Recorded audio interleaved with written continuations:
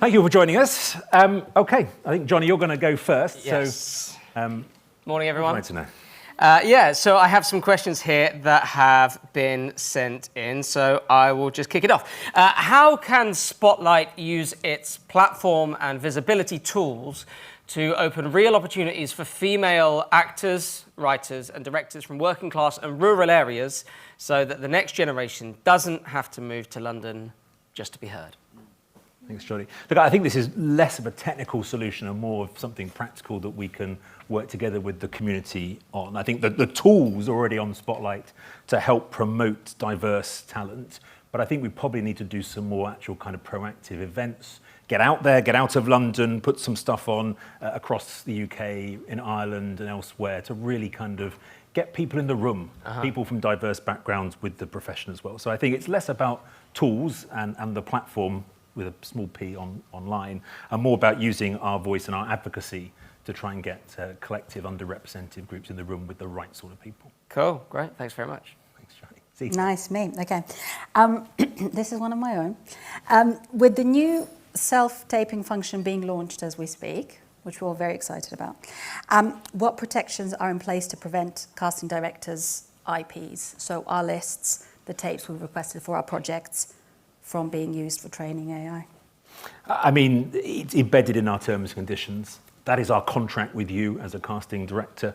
It's very clear in our terms and conditions that is your work, it's your data, you are the controller of that data. We merely process it on your behalf. We have no right to use that data, it is your data. So fundamentally, it's in the contract that we have with you, it's in our legal terms and conditions. That is our undertaking. You would know if we changed those terms and conditions, we'd have to inform you. It's not our intention either. We're a service provider. We're not here to kind of supplant you or replace you. We're here to help you as professionals do your job better. So yeah, it's absolutely in the bedrock of what we do, that legal undertaking, that your data is safe and protected, and that is where the trust is. How is AI going to change in the commercial market in the UK? I think in terms of production or in terms of casting? Just production, I guess. I mean, I think this is the area that Spotlight is probably not best able to speak on. That's going to be the production companies, the brands who ultimately make commercials. Those are decisions they're going to make. I think for us as a profession, those of us who represent talent, those of us who cast talent, those of us who supply services that talent subscribe to, and the talent themselves, it's beholden on us to make the case for human creativity, human performance, even in commercials. I mean, I think it's very hard to supplement, humans in long-form features like film and television. Impossible on stage, although people go and watch ABBA Voyage for some reason. But in commercials, in those short kind of commercial-focused productions, we need to be loud about making the case as to why humans are still needed to present in that format. And that's going to be the kind of the hardest argument to do, I think. So we need a collective response to that. I certainly think that I'm more likely to respond to a human in a commercial to buy a product than if I can spot something being AI and be able to dismiss it as something that's kind of computer generated, fancy animation. But I think that's a case that we need to make as an industry. Jonny. Shall I refund my tickets to ABBA Voyage? It's a great night out for all the family. Sure. This is I believe this is from an actor, and this is also, I might have a question for myself off the back of this, but the question is, why not update Spotlight further than the role cast to have an automated process that a casting director can trigger when they booked all their audition slots to send a thank you, but not this time, polite, professional and courteous message to those not progressing to the next round? I mean, it's a great idea. It's something we will be rolling out hopefully over the next year or so. I mean, it is important that we provide the tools for the communication. We don't make the decisions. We're not casting people. We're not representing people. We provide the tools to do that. Now, arguably, those tools exist. They're not integrated into Spotlight system. There's nothing to stop people using email or messaging to go, you've been cast, or I'm afraid you're not being cast this time. If we can improve the communication, make it much easier for both sides, then that's when we want to. Yeah. And I suppose maybe it's the same answer, but my question off the back of this would be, I mean, just hearing, Debbie say about things like how people will only watch, say, 7 seconds of a self-tape. Like, obviously, I was lucky enough to get a tape over the weekend, and you have to cancel your plans. Like, you check my wife was free, you do it, you send it off, and then sometimes you might never hear, we were chatting about this backstage, you might never hear back at all. You might.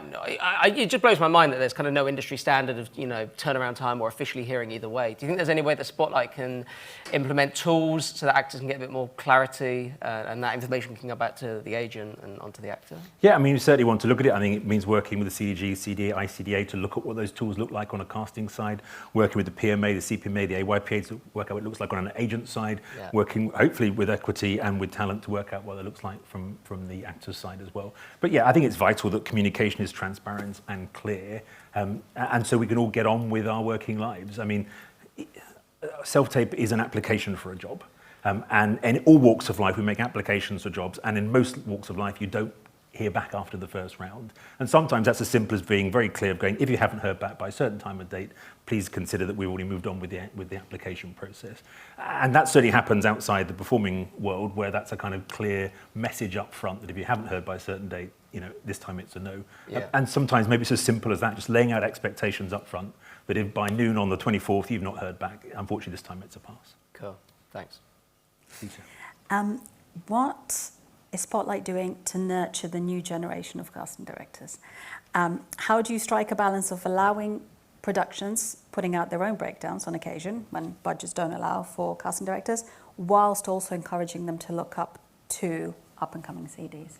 I think a lot of that, again, is around the kind of social work that we do with the guilds and associations that represent casting directors. It's my firm belief, it's Spotlight's firm belief, that a casting director is a creative professional who adds an immense amount of value to production, for everything from short films, commercials, through to feature films, West End plays. That, there is no better way to cast for professional talent than using a casting director. And that's not list making, that's not the kind of searching, that's the ability to kind of nurture an audition, to help somebody, in a way that Debbie was talking about, how do you find somebody who doesn't present themselves right the first time round, but they're going to be right for if they're given an opportunity, and to direct a casting and not just to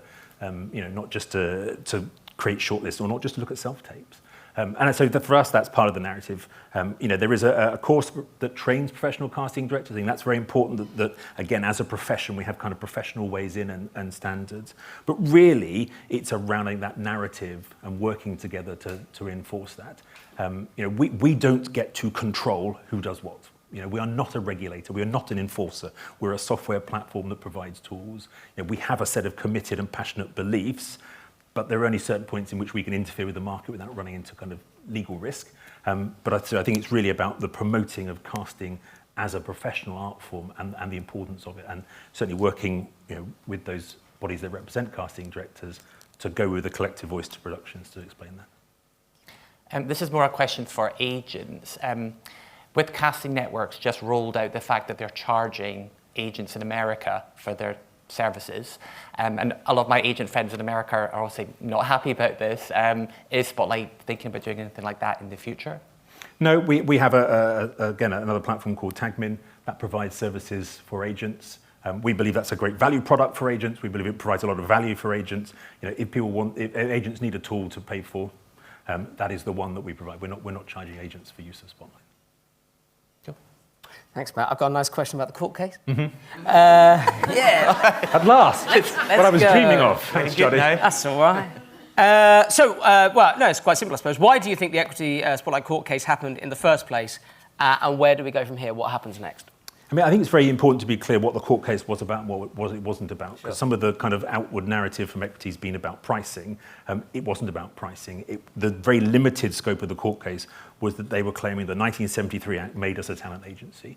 And I don't believe that anybody in the room, actor, casting director, performer, or really at Equity believes that we're a talent agency. They thought there was a gotcha 50 years ago that they could hook us on. That was what the court case was really about. If Equity wanted to talk about pricing, we offered a discount for Equity members back in 2022, and we weren't allowed access to the API. During Premiere, Equity were in the room, and when we were talking about utility pricing rather than a one price fits all. So when they claimed at the end of that not to have been surprised by Premiere, they'd been there all along. When Premiere was withdrawn, we also offered them more conversations about alternative funding models, which they refused to attend. So if it was really about pricing, Equity could have used all those opportunities, I think, to talk about pricing. And we've offered that door, and that door's been open since 2020, beginning of 24, when the letter for action came. So if it's not about pricing, and it's not genuinely about them thinking we're a talent agency, I'm not entirely sure what the case was about. They put in a request to appeal. We'll find out probably in November whether their request to appeal has been granted. But I don't think it changes the fact that Spotlight is not and never has been a talent agency. Yeah, thanks. You might not be able to disclose this. It's back to the self-taping, the new self-taping function.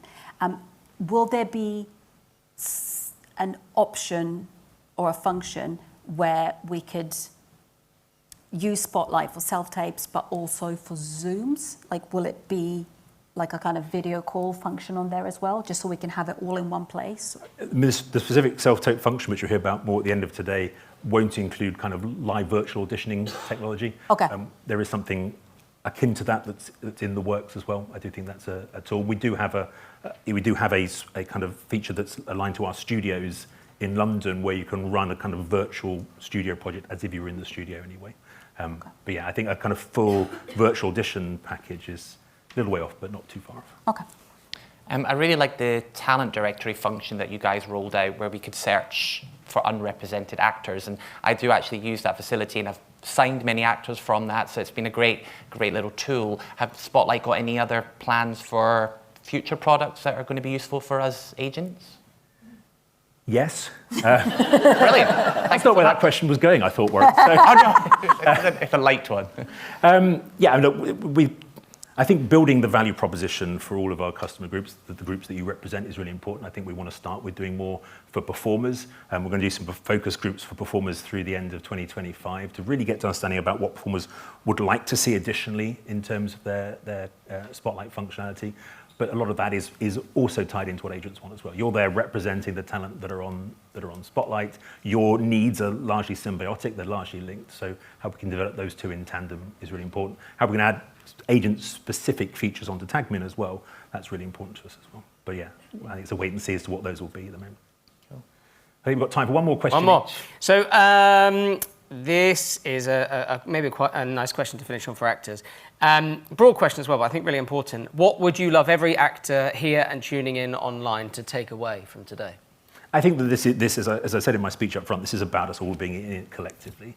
If the industry is about actors pitted against casting, pitted against agents, pitted against producers, we're not going to make progress. A divided industry is an exploitable industry.